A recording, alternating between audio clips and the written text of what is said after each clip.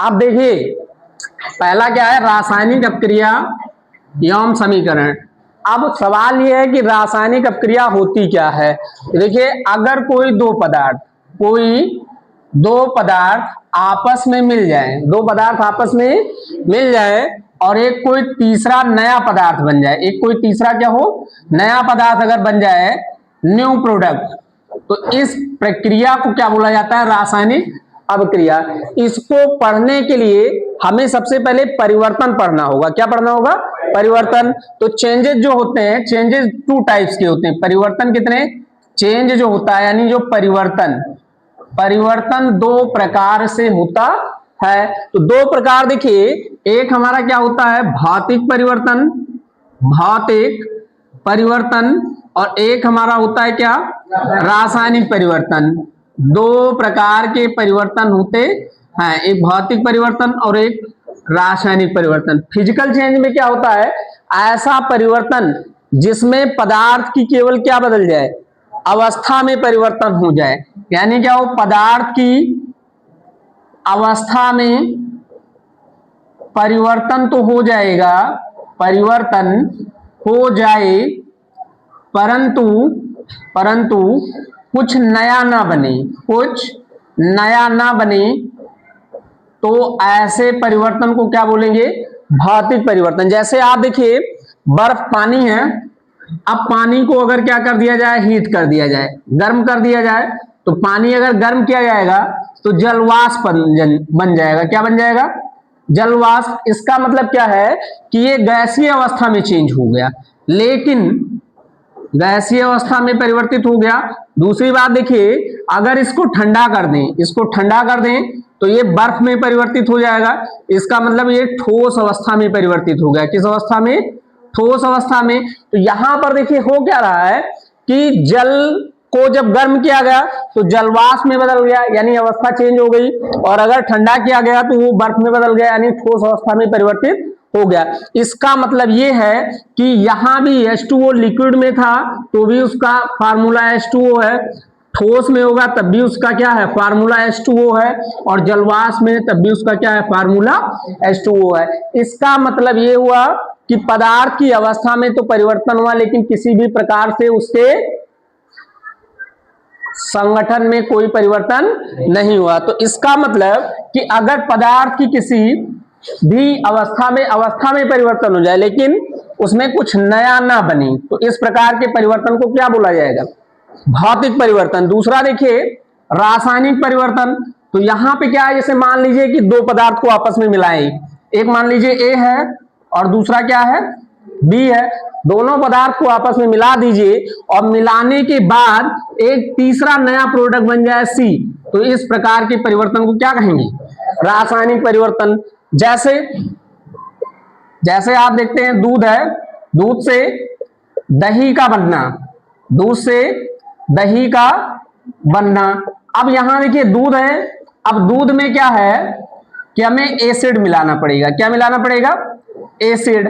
अब वह एसिड कृत्रिम तरीके से हो सकती है और क्या है कि नेचुरल मतलब प्राकृतिक रूप से भी हो सकता है। कोई जरूरी नहीं है कि आप क्या है कि आप दूध को दही में कन्वर्ट करने के लिए क्या करें, आर्टिफिशियल तरीका ही अपनाएं।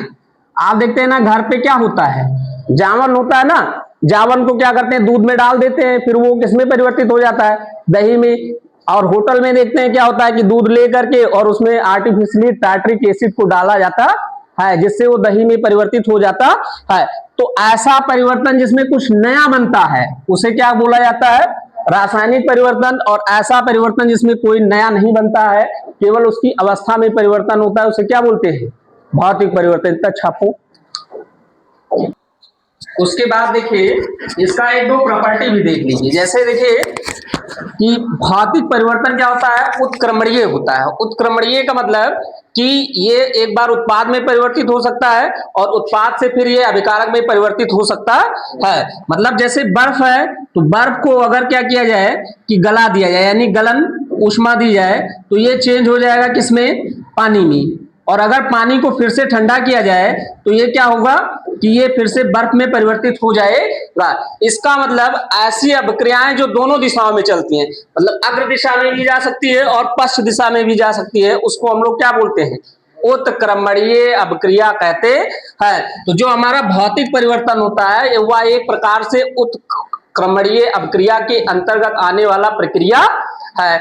दूसरा देखिए हमारा क्या होता है, दूसरा क्या है, अनुत्क्रमणीय, इरिवर्सिबल, अनुत्क्रमणीय। तो अनुत्क्रमणीय क्या है कि ऐसी अभिक्रियाएं जो केवल एक ही दिशा में, मतलब अगर कोई अभिकारक उत्पाद में परिवर्तित हो जाए तो वह फिर उत्पाद अभिकारक में परिवर्तित नहीं हो सकता है, मतलब चेंजेबल नहीं है। जैसे दूध से अगर आपने दही बना लिया तो क्या दही से दूध बना पाएंगे, कभी भी संभव नहीं है। तो एक पॉइंट इसमें और बढ़ा लीजिएगा कि जो हमारा क्या होता है, भौतिक परिवर्तन होता है वो उत्क्रमणीय होता है, और जो रासायनिक परिवर्तन होता है वो क्या होता है, अनुत्क्रमणीय होता है। छापो, अभिकारक और उत्पाद क्या है, इतने देर से आप सुन रहे हैं ना, अभिकारक और उत्पाद।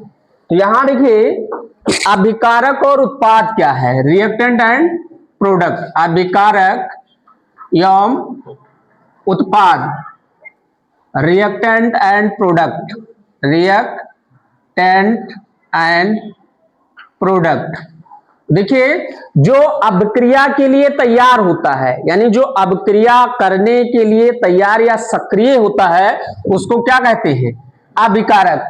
ऐसे पदार्थ जो अभिक्रिया में भाग लेने के लिए तैयार होते हैं उसे अभिकारक कहते हैं, और ऐसे पदार्थ जो अभिक्रिया के फलस्वरूप बनते हैं उसे क्या कहा जाता है, उत्पाद।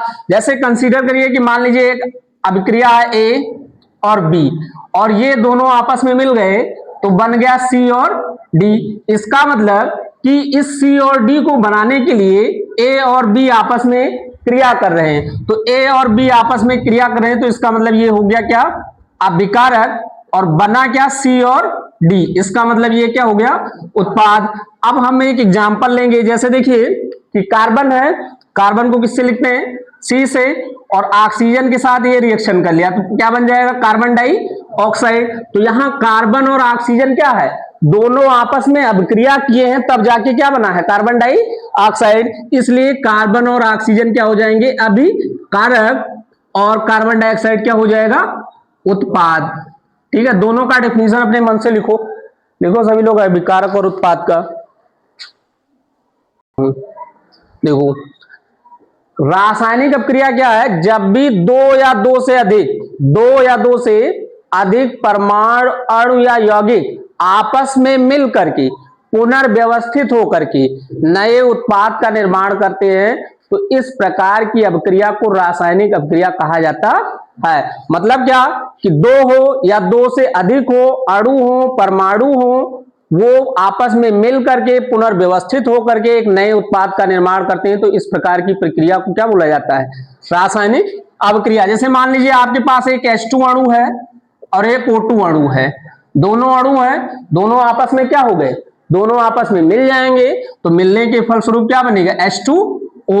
और H2O क्या है, ना तो H2 है ना तो O2 है, मतलब ना तो हाइड्रोजन गैस है ना ही ऑक्सीजन गैस है, दोनों मिल करके क्या बना रहे हैं, जल का निर्माण करते हैं। तो जल देखिए कौन से स्टेट में है, लिक्विड में, द्रव अवस्था में, ऑक्सीजन कौन से स्टेट में है, गैस में, और हाइड्रोजन कौन से स्टेट में है, गैस में। तो इसका मतलब दो या दो से अधिक पदार्थ, परमाणु, अणु, यौगिक आपस में मिल करके पुनर्व्यवस्थित होकर के एक नए पदार्थ का निर्माण करते हैं, तो उसे क्या बोला जाता है, रासायनिक अभिक्रिया कहते हैं।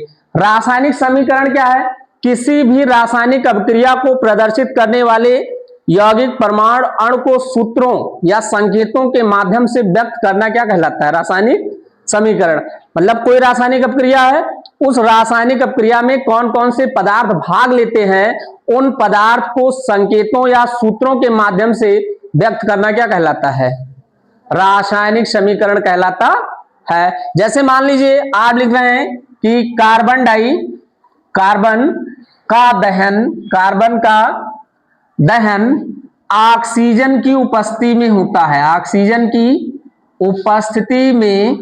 उपस्थिति में होता है। अब इसको आपको क्या करना है, ये आपने बता दिया, एक रासायनिक अपक्रिया बता दिया कि कार्बन का दहन करा दीजिए किसके प्रेजेंस में, ऑक्सीजन के प्रेजेंस में, तो कार्बन डाइऑक्साइड बन जाएगा। लेकिन यह जो बनेगा, कार्बन का दहन जो आप कराएंगे, इसको आप सूत्रों के माध्यम से लिख दीजिए।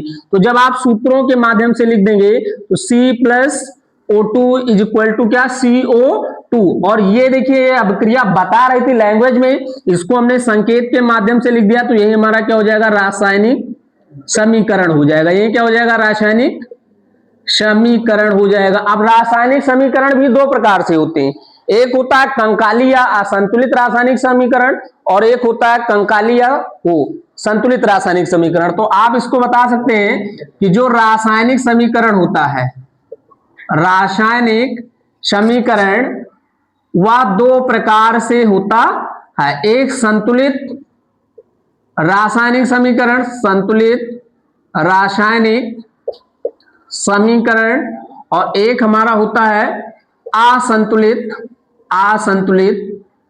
रासायनिक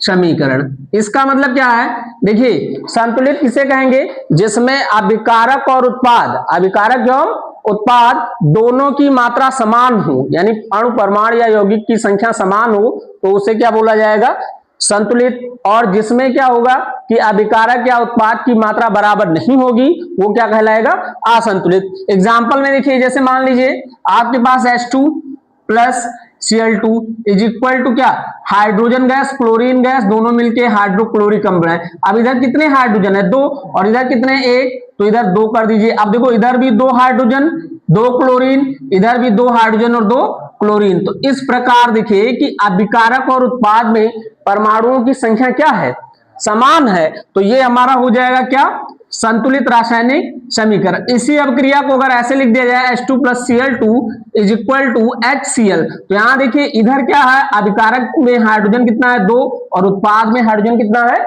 1। इसका मतलब कि अभिकारक और उत्पाद में परमाणुओं की संख्या समान नहीं है। तो इस प्रकार के समीकरण को असंतुलित या कंकाली समीकरण कहते हैं। ठीक है, इतना लिखो भाई।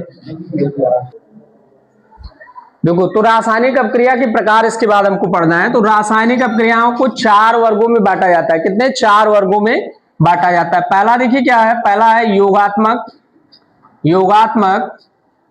या संकलन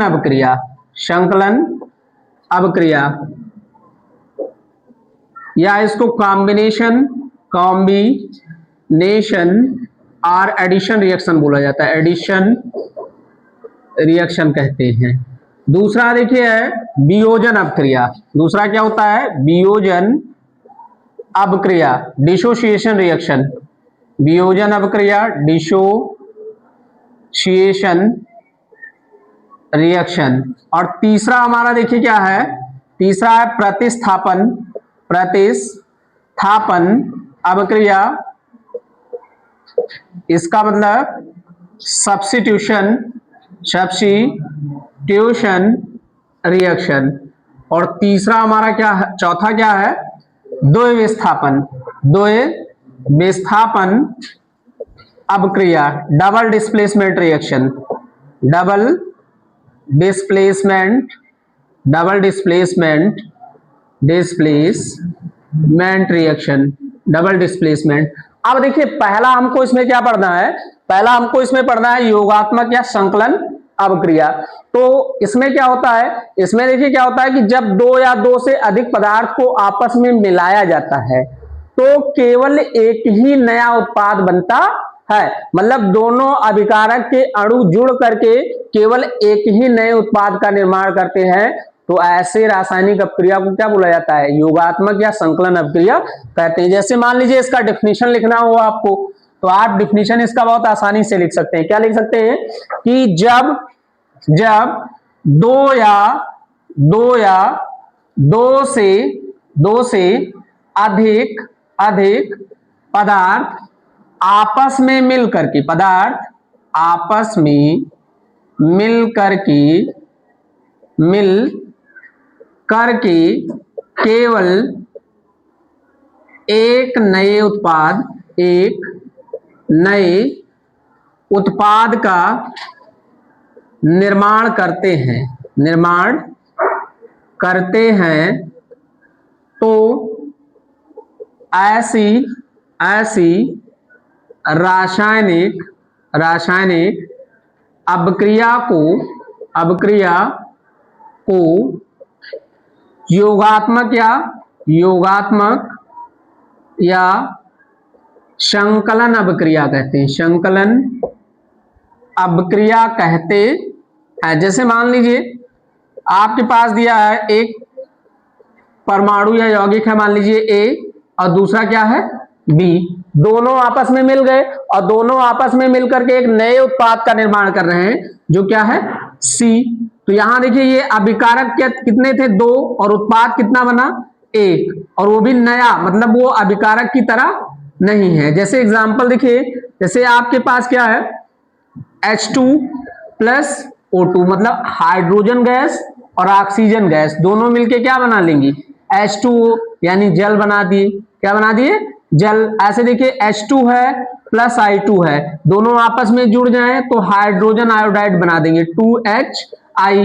तीसरा एग्जांपल आप देख सकते हैं, जैसे आपके पास सोडियम है और ये सोडियम सॉलिड स्टेट में होता है, और ऑक्सीजन है, ऑक्सीजन क्या है गैसीय अवस्था में, यानी गैस होता है। तो सोडियम और ऑक्सीजन मिलकर के एक नए उत्पाद का निर्माण कर देंगे सोडियम ऑक्साइड। किसका निर्माण कर देंगे सोडियम ऑक्साइड। इसी प्रकार आप देखिए मैग्नीशियम है, मैग्नीशियम ऑक्सीजन के साथ अभिक्रिया करके क्या बना देगा मैग्नीशियम ऑक्साइड MgO।